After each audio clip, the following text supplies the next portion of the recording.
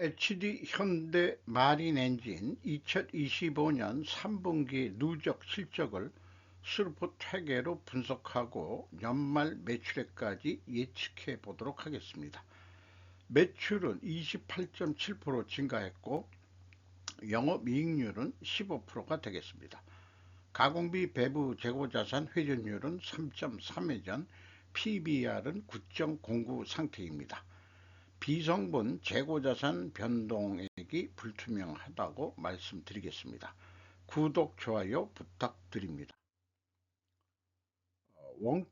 스루포트 회계를 먼저 말씀드리면 매출이 2,746억 원으로 28.7% 증가했습니다. 매출에 비례하는 매출 재료비는 1,351억 원으로 20.3%가 증가했습니다. 그 차이액이 마이너스 8.4%이기 때문에 여기서 우리는 원재료 및 상품 매입 가격이 하락했다고 추론할 수 있겠습니다. 수르폰율 50.8%로 3.4% 상승했습니다. 운영경비 982억 원으로 23% 증가했습니다. 그 결과 TOE 생산성은 1.42로서 0.15포인트가 상승했습니다. 스루폰 영업이익은 412억 7,600만 원으로 94.6%가 증가했습니다. 원가회계 영업이익보다는 14억 1,200만 원이 적은 수치인데 이것은 가공비 배부 재고자산이 증가했기 때문입니다. 스루폰 영업이익률은 15%, 원가회계 영업이익률은 15.5%가 되겠습니다. 원가회계 손익으로서 매출 원가가 24.4% 매출 증가율보다 낮게 증가했기 때문에 매출 총이익이 45.9% 증가했습니다. 판매관리비 8.1%를 줄였습니다. 그 결과 영업이익은 426억 8,700만 원으로 무려 101.2%가 상승한 것으로 그렇게 결산이 되어 있습니다. 재고자산 내역, 제품, 상품, 제공품 합쳐서 가공비 배부 재고자산 649억 4,100만원, 연초 610억 4,800만원보다 38억 9,300만원이 증가했습니다. 전년도에는 거의 변동이 없었습니다. 전체 재고는 85억 5,400만원이 증가했습니다. 비용의 성격적 분류, 회사는 AB를 표기 안 하고 그냥 재고자산 변동액이라고 1336억 8800만 원으로 기록했는데 이것을 제가 재고자산의 변동과 원재료 및 상품 매입액으로 역산해서 기재를 했습니다. 원재료 및 상품 매입액이 22.5%가 증가했습니다. 원재료 요거는 사용액이 되겠습니다. 운영경비 982억 2,900만원 23%가 증가했습니다. 운영경비에서 판매관리비 199억 7,700만원을 뺀 것이 가공비 782억 5,100만원, 총제조비용의 36%, 그 다음에 재료비는 64%, 2.2%가 재료비가 하락했습니다. 여기서도 우리는 원재료 및 상품 매입 가격이 하락했다고 2차 추론을 해볼 수 있겠습니다. 재고자산의 증감 변동액 비교 검증은 의미가 없겠습니다. 제가 맞춰준 수치이기 때문에요. 2단계 PQ 총 제조비용도 마찬가지가 되겠습니다. 3단계 현금 흐름 기준 전체 재고자산의 증감액은 일치를 합니다.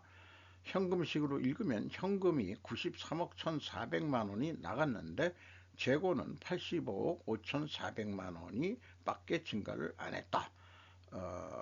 7억 6천만 원의 현금이 어디로 날라갔는데 어디로 날라갔느냐고 물으면은 그것이 재고자산 평가 손실이라고 답변을 하고 있습니다.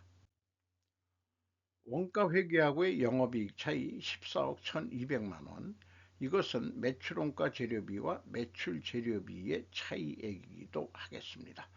이것은 재고자산 증가액에서 가공비율을 곱하면은 14억 1200만원 검증이 될 수 있겠습니다. 운영경비로서 인건비가 236억 4100만원 24.9%가 증가했습니다. 직원 수는 그런데 7명이 줄어들었는데 임금이 많이 올랐다는 얘기가 되겠네요. 평균 임금은 1억 1억 910만원 27.9%가 증가했습니다. 확정급여 채무 현재가치 56억 1100만원, 이게 부채로 되어 있는 것을 자산가치로 좀 저는 전환을 해서 생각을 해야 되지 않느냐 하는 생각이 있습니다. 외주 도급비가 있네요. 22.6%가 증가했습니다. 운반비가 10.5% 증가했고 지급수수료가 2.6% 감소했습니다. 한화엔진처럼 기술 사용료 뭐 이런 거는 없네요. 가공비 배부 재고자산 회전율이 3.3회전으로 13.2% 상승했고 수르픈율은 3.43%가 상승했습니다. 동일 방향이면은 투명회계 가정을 세웁니다. 투하자본 이익률, 스르픈 영업이익 나누기 투하자본 11.5%, 4.6% 상승했습니다. 총자산 회전율 0.4회전 거꾸로 떨어졌습니다. 3분기 기준을 0.75로 했을 때 본인들의 총자산 능력을 10분 발휘하지 못하고 있다, 이렇게 말씀드릴 수 있겠습니다. 경영평가지표 두 번째로 매출채권 수금 속도 2.5회전, 전년도보다 수금을 좀 못하고 있네요. 매입 채무 지급 속도 4.7회전으로 높아졌습니다. 줄 돈은 빨리 주는데 받을 돈을 지금 못 받고 있습니다. 두퐁 ROI 자본 회수율 11.6%로 4.4% 상승했습니다. 재고자산 매출원가 분석회계 가정이로에 대한 저의 논리적인 설명이 되겠습니다. 여기에도 중국의 과잉생산 덤핑 수출, 이것이 전국적으로는 중국을 망하게 할 수도 있다라고 점쳐 봅니다. 두 가지 경영평가 지표가 상승했기 때문에 투명회계 가정을 하고 이것을 입증하려면 원재료 가격이 하락해야 되고 판매 가격은 인상이 돼야 됩니다. 그리고 수량에 의한 재고 회전율도 상승이 되어야 할 것입니다. 그러면 원재료 가격이 하락했냐? 스틸 프레이트가 1.2% 상승한 거로 나오는데 철판 철강 가격이 중국의 덤핑 뭐 이런 거지만은 이 회사는 국산을 많이 쓴 모양이죠. 1.2% 상승했습니다. 크랑크 샤프트용 소재 등은 들어가는데 표기를 안 하고 있네요. 한화엔진은 가격 추이를 계산하기 어렵다 그랬는데 현대 마린 엔진은 총 매출액에서 총 수량을 나눴을 거예요. 단위는 잊어버렸습니다만은 이게 100만, 1000만, 10억 그 정도 될 것 같아요. 100만원 단위라고 한다면은 13.3% 엔진 가격을 높게 팔았습니다. 지금까지 분석한 거를 요약을 해보면은 투명하게 가정하는데 입증하려면 원자력 가격이 하락해야 되는데 수주 판매 가격은 또 상승해야 되고, 그런데 1.2%가 올랐거든요. 철판만 그 가중 평균 비중이 얼마인지는 모르겠습니다만은, 그러면은 이게 반대 아니냐. 그런데 판매 가격이 13.3% 증가했기 때문에 이렇게 판매 가격도 얘기해 줘야 상대적으로는 하락한 게 맞죠. 이렇게 해석을 해낼 수 있습니다. 그러니까 회사들은 제품 가격 추이하고 원재료 가격 추이를 다 공시를 성실히 해 주어야 좋지 않겠느냐, 이렇게 생각을 합니다. 요거는 현대 마린 엔진이 잘했다는 뜻이죠. 현금 흐름 재무지표로서 1번 EAT 세후현금 순이익 571억 1700만원 벌었습니다. 순이익으로. 두 번째 EMS 영업활동으로 전체 유입된 돈은 369억 5800만원, 최종 번 돈 399억 3800만원입니다. 다 검증하는 방법이 있습니다. 잉여 현금 흐름으로서 채권자가 88억 6,900만원의 원금과 이자를 가져갔습니다. 그래서 이자 부채 레버리지율은 거의 제로 1%대 이하로 떨어졌습니다. 주주 이익 배당은 없고요. 그렇게 나옵니다. 3분기 실적을 토대로 4분기 2025년 연말 누적 매출액을 예측해 보도록 하겠습니다. 이것은 좀 넘어가도록 하겠습니다. 화면을 정지해서 읽어봐 주셔도 감사하겠고요. 스루프 퇴계는 두 가지 변수밖에 없습니다. 그러나 한 가지만 있어도 되긴 되는데 상호 보완적으로 계산해 낼 수 있겠습니다. 우선은 운영경비 기준으로 합니다. 어저께 팔린 만큼 내일도 팔릴 것이다. 1 더하기 25%또 이익도 그렇게 해가지고 두 가지를 더한 거를 스르펀율로 나누면은 요거를 그냥 킬로그램당 단가로 얘기한다면은 34만 3,254원에 판매를 하면 된다. 또 매출 재료비 기준에서도 1 더하기 25%로 해서 매출 재료비율로 나누면은 동일한 금액으로 예측을 해낼 수 있겠습니다. 그런데 계약은 34만 원에 됐다고 한다면은 남는 거는 48,340원이 남을 것으로 예상이 됩니다. 목표보다도 좀 더 노력하자. 4, 4분기에 재고 회전율이 4.4위전 예상되는데 제공품을 빨리 없애서 빨리 매출 실적을 청구서를 내자.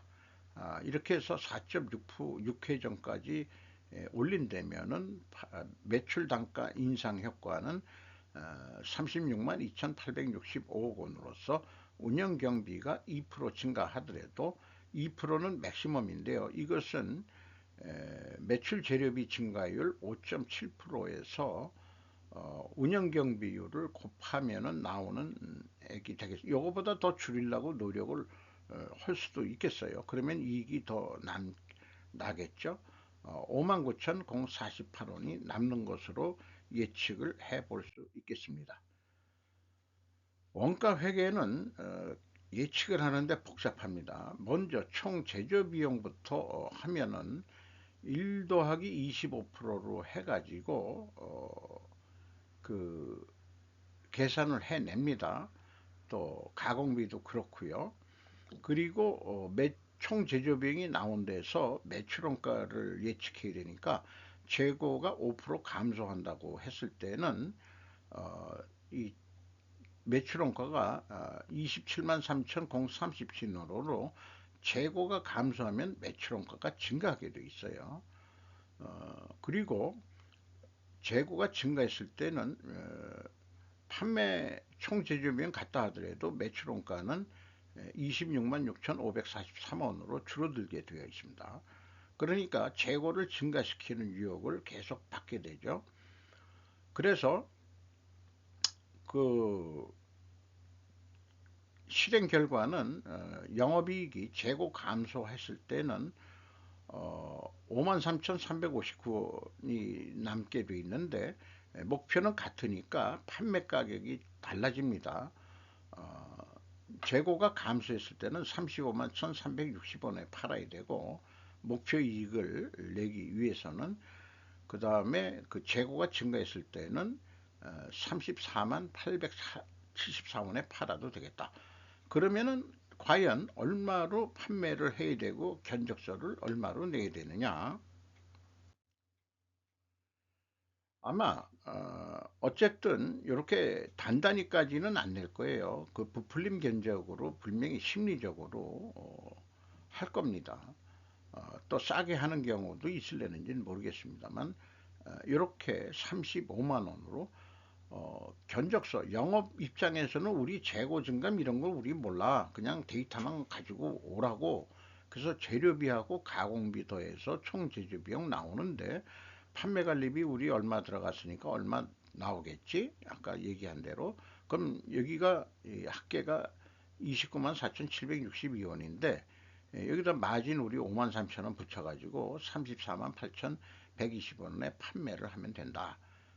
이렇게 내부적으로 계산이 됐으면 실제 견적은 이렇게 35만 원에 낼 것이다.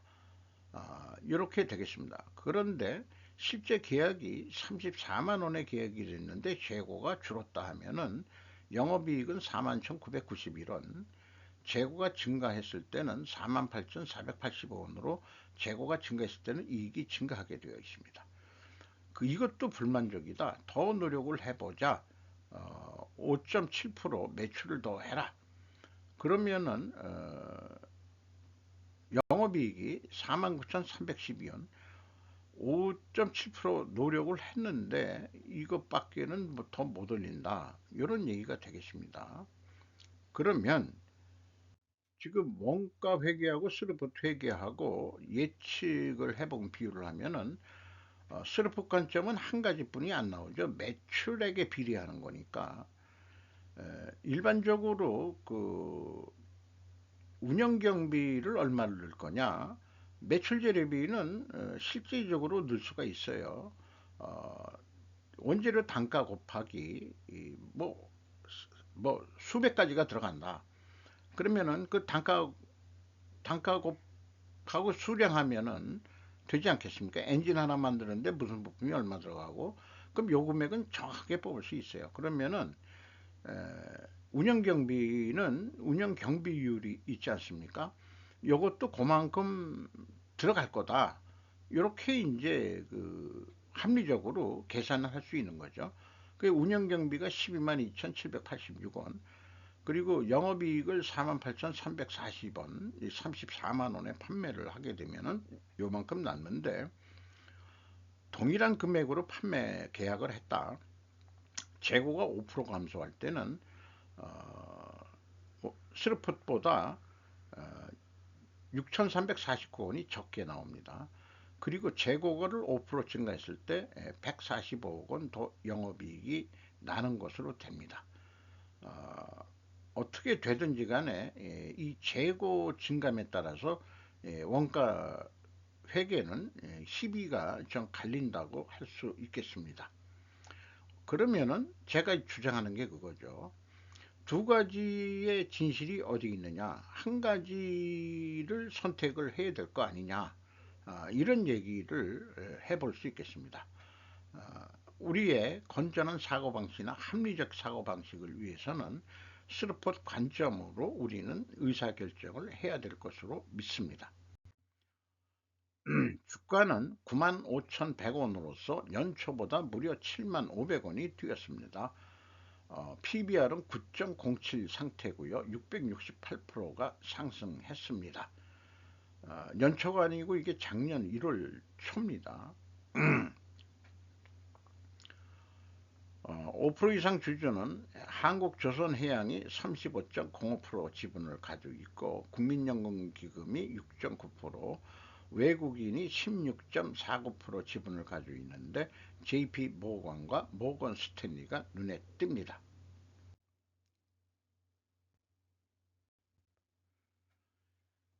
스루풋 회계가 21세기 골든 회계가 되기를 바라면서 이만 마치도록 하겠습니다.